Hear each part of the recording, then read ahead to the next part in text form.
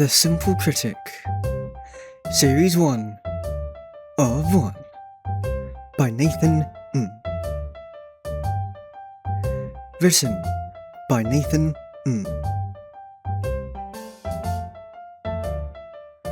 Audio companion narrated by Nathan Music created and performed by Nathan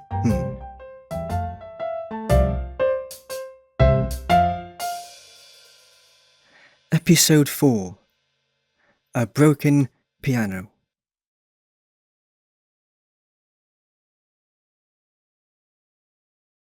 1. Interior. An empty theatre stage. We hear the theatre lights switch on. Shoo! We see the stage we have become familiar with. We hear the familiar, comedic army drums music, what a mouthful, playing in the background. We hear diegetic footsteps walking up from our left. 1, 2, 3. The clumsy Colonel Corny enters the stage from centre stage left and heads towards centre stage. Colonel Corny's clothing is different for the first time in the series. He is wearing a two-piece pyjama set, a shirt and kneecap-length trousers, both white with blue stripes. The comfy clothing is literally capped off with an Ebenezer Scrooge Christmas Carol-esque nightcap. Do not forget the fuzzy slippers, outer space black. And stop the music.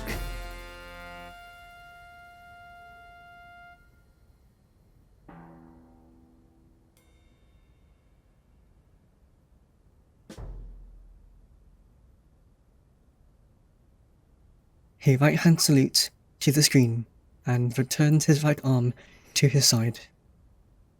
Welcome back, Colonel Corny. Wow! I'm back. Sorry, everyone. We see him quickly bow to a 90-degree angle, then straighten up again. He resumes his monologue. Get your popcorn ready. I was told by my wife I had fallen asleep at the end of the last one. She's a saint, she is. Thank God for Mrs. Corny. We see him smile and place his right hand on his chest, where his heart is. He then lowers his right hand to his side after one beat. Then all of a sudden, he jumps like an electrocuted bird upon remembering to move along.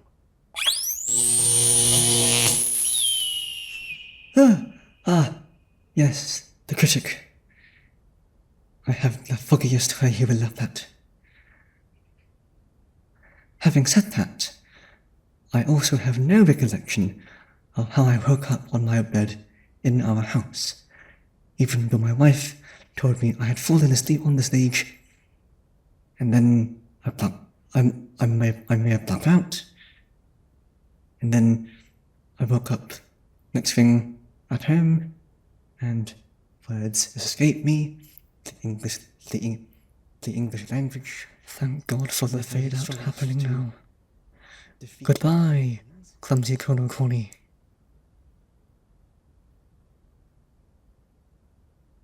We see the screen fade to black. We now hear silence for about 5 seconds. 2. Exterior. A campsite in the middle of a towering forest. Early morning. And where on planet Earth are we? We seem to be in a publicly available campsite in the middle of a towering oak forest. The time of day is early morning, say 5 in the morning. The sun is not up yet, and the sky is blue with a spattering of clouds. An oak forest. The tree trunks are guarded by rough, rippling, dark chocolate bark, and some trees appear to be as high as 30 meters or 98 feet. The trees feel like they surround us. It kind of feels claustrophobic, but the trees still allow plenty of walking and stretching space. One could practice Tai Chi at this campsite in the mornings. Imagine stretching in the center of a ring of chocolate fingers. Yummy.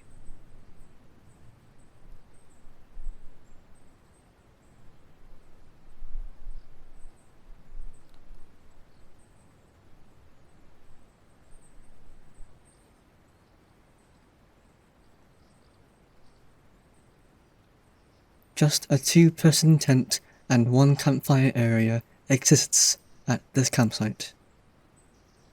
We see chunks of wood on the campfire area glowing a weak orange for a couple of seconds. Then the glow fades out and disappears. Who is here? We see the campsite from... Oh, we are the campfire.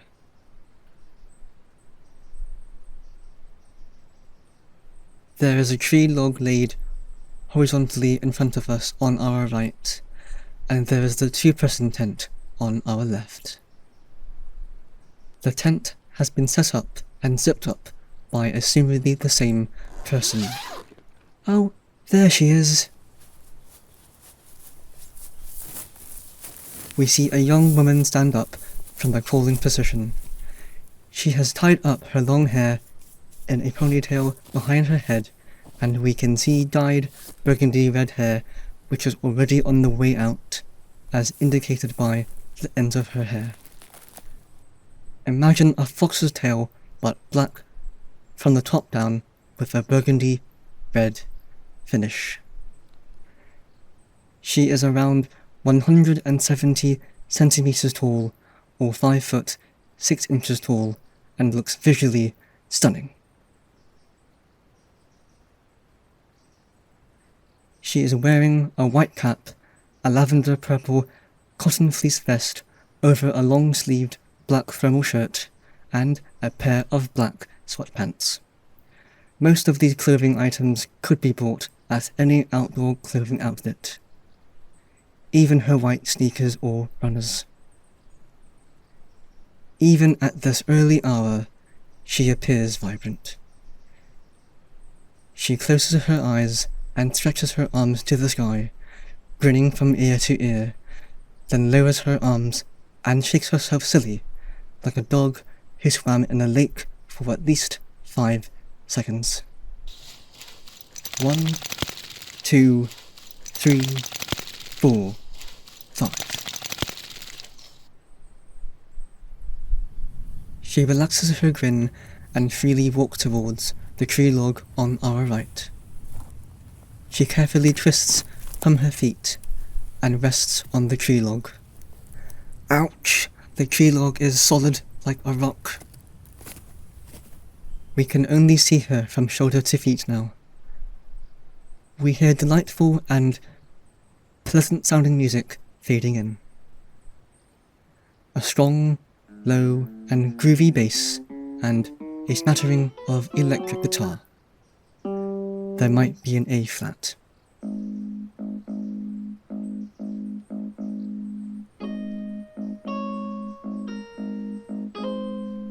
She sat down at the campfire, which she built for herself and me.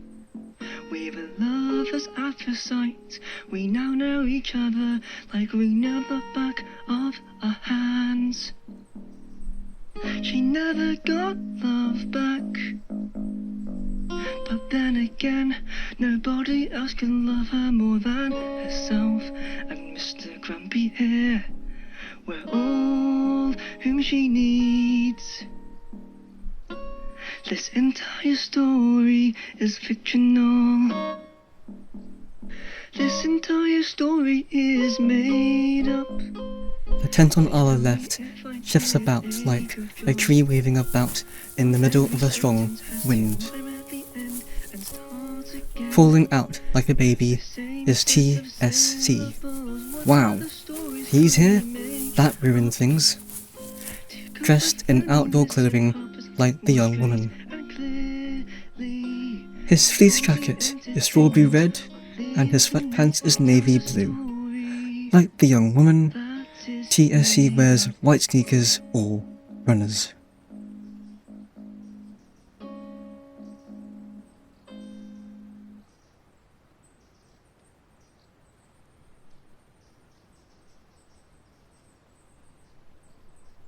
We see T.S.C. get up from the ground and turn his head to his left before dusting himself with his hands. He slowly walks towards the tree log to sit with the young woman on her right. We see both characters from shoulder to feet. We see T.S.C. lean onto the young woman as if they were great friends or... Oh, this is the ex-lover.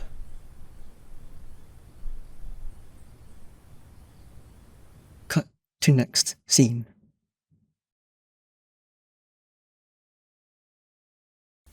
Three. Interior. T.S.C.'s living room.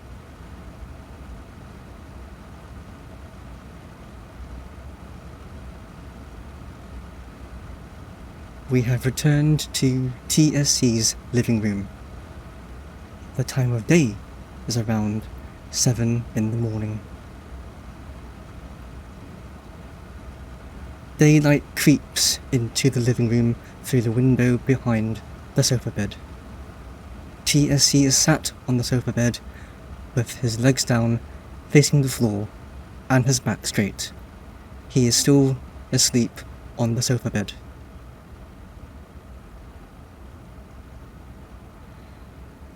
It would be nice to have the heater warming up the house for some of the time and then waning for the rest of the time on the cycle, especially in winter, without paying for it. Darn residential heating solution companies. One, two, we see him open his eyes. He slowly blinks 3 times. 1, 2, 3. We see the living room from T.S.C.'s point of view, POV.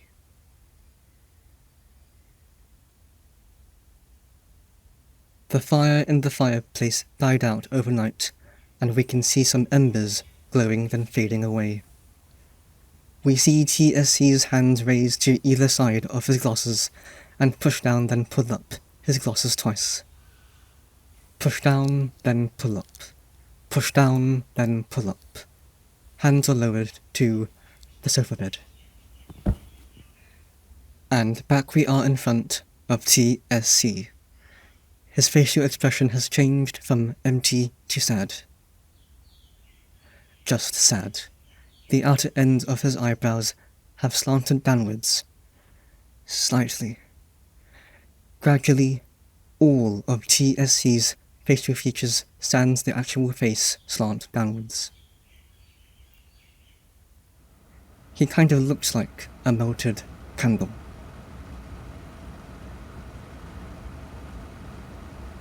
Four. Interior/exterior. T.S.C.'s living room. 1, 2, 3, 4. Stay on scene 3. Cut to scene 2. Back to scene 3.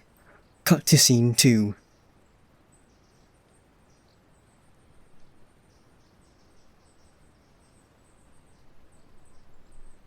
Five.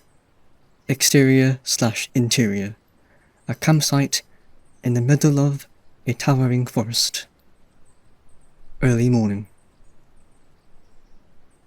The rapid back and forth ends on scene 2.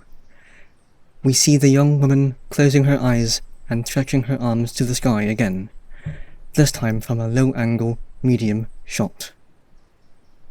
Her face and chest are at the center of the shot.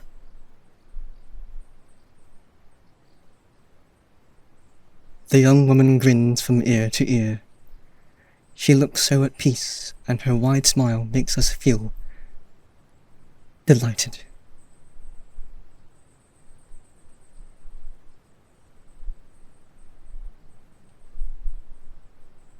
Then the sound of the air and the forest fades out slowly, and the scene crossfades into the next scene.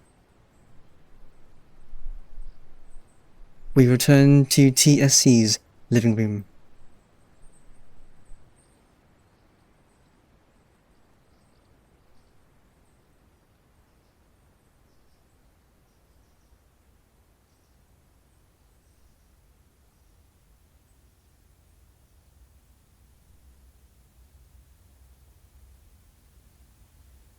Six.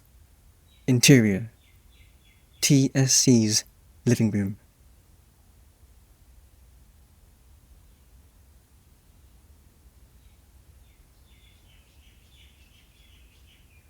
We are back in the living room, and T.S.C looks the same, but slowly we see tears form under his eyes. We see them cascade down T.S.C's face to his chin. T.S.C's eyes begin to glitter.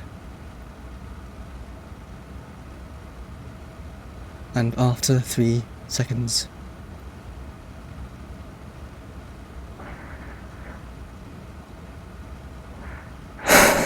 T.S.C has broken down and is having an emotional breakdown. He is unable to move due to the sheer sadness consuming his thoughts, and his upright posture dips down. He looks like someone who is mentally and physically spent. We hear silence for some time.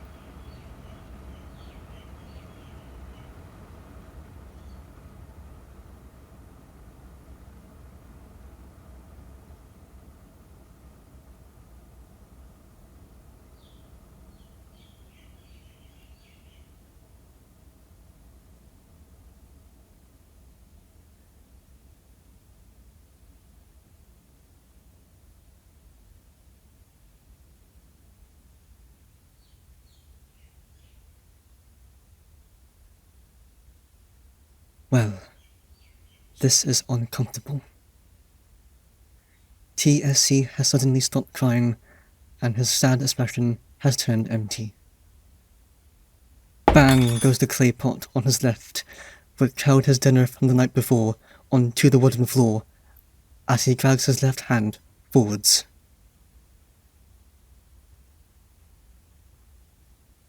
Seven. Interior/exterior.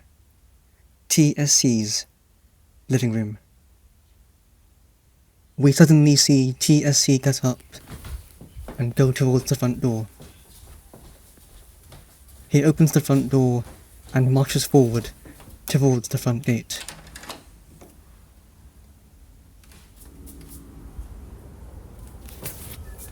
Eight. Exterior. T.S.C's neighborhood. Day. We see T.S.C from the opposite side of Sneeze Street. He marches towards the front gate, opens the front gate, and shuts the front gate, desperately and determinedly, as if he was shutting out a snarky shark in an already underwater submarine.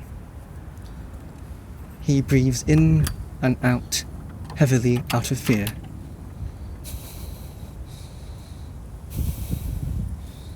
He then swiftly turns the other way, facing us. Cars and other vehicles pass by in front of T.S.C from either direction on New Street. Wait, is he okay?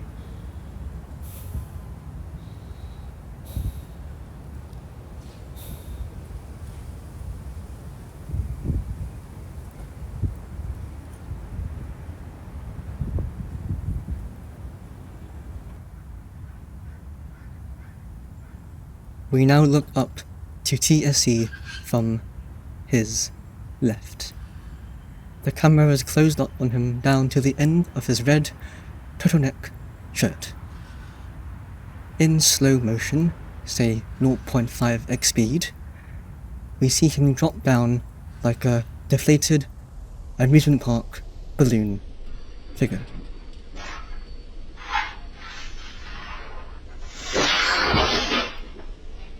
The camera stays looking up until T.S.C. leaves the screen, and then cut.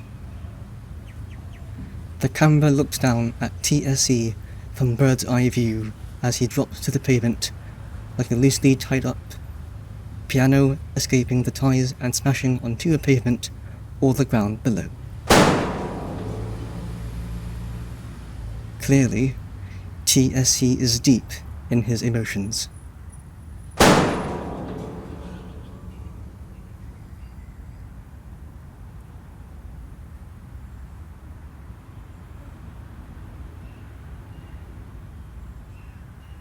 We are in front of T.S.C. on a close-up shot.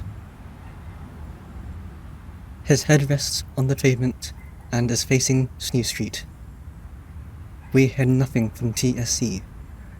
Not even a humph or huh.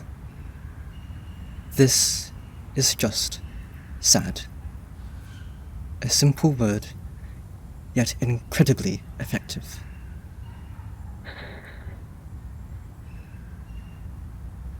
I miss you.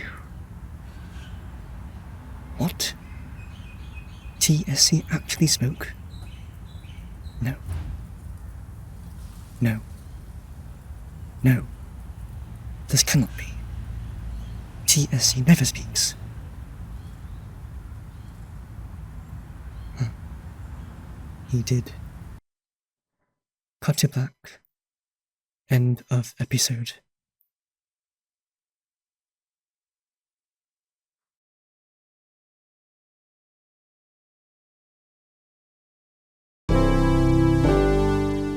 Thank you very much for reading or listening to this episode of The Simple Critic, Series 1 of 1. Until next time, stay safe and enjoy the rest of your day. Hey, it's Nath.